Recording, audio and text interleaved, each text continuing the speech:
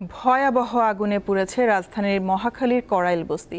Fire সার্ভিসের ১৯টি unit ৫ ঘন্টার চেষ্টায় আগুন নিয়ন্ত্রণে আনে। তাদের সঙ্গে যুক্ত হন স্থানীয় বাসিন্দারাও। পানি সংকটে আগুন নিয়ন্ত্রণে বেগ পেতে হয় ফায়ার সার্ভিসের। আগুনে ক্ষতিগ্রস্ত হয়েছে বস্তির অসংখ্য বাসিন্দা। মঙ্গলবার বিকাল ৫:৩০টার দিকে রাজধানীর মহাখালীতে করাইল বস্তিতে আগুন লাগে। খবর পেয়ে আগুন নেভাতে তাৎক্ষণিকভাবে ফায়ার সার্ভিসের ১১টি ইউনিট কাজ শুরু করে। পরে আরও ৮টি ইউনিট গিয়ে আগুন নেভানোর কাজে যোগ দেয়।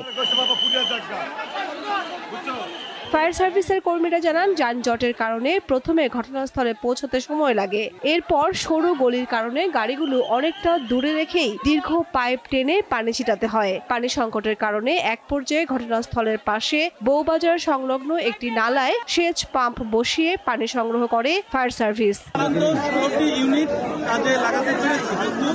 এটা আসলে মাঝে মাঝে ডিস্টার্ব হচ্ছে। আপনারা বুঝতে পারছেন যে আমাদের ব্রাঞ্চ ব্যাগগুলো ঢুকানো যাচ্ছে না, কোনো জায়গায় কেটে যাচ্ছে, এইগুলোর ঘটনা খুব বেশি হচ্ছে। বর্তমানে চারিদিকে কাজ করছে। আগুনের বিস্তারের সাথে সাথে বস্তিবাসীর আহাজারিতে আশপাশের পরিবেশ ভারী হয়ে ওঠে। মাগরিবের আজানের ২ মিনিট আগে লাগছে, তো লাগার পরে আমরা কল দিছি। উপরে কল দেওয়ার সাথে সাথে অ্যাম্বুলেন্স আসছে।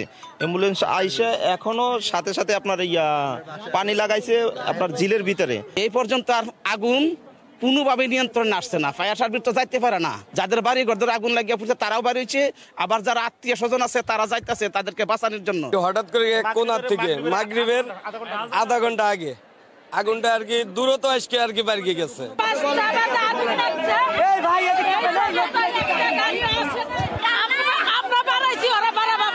ঘটনাস্থলের আশপাশে বিপুল সংখ্যক পুলিশ মোতায়েন করা হয়। এরপরও মানুষের ভিড় সামলাতে হিমশিম খেতে হয় তাদের।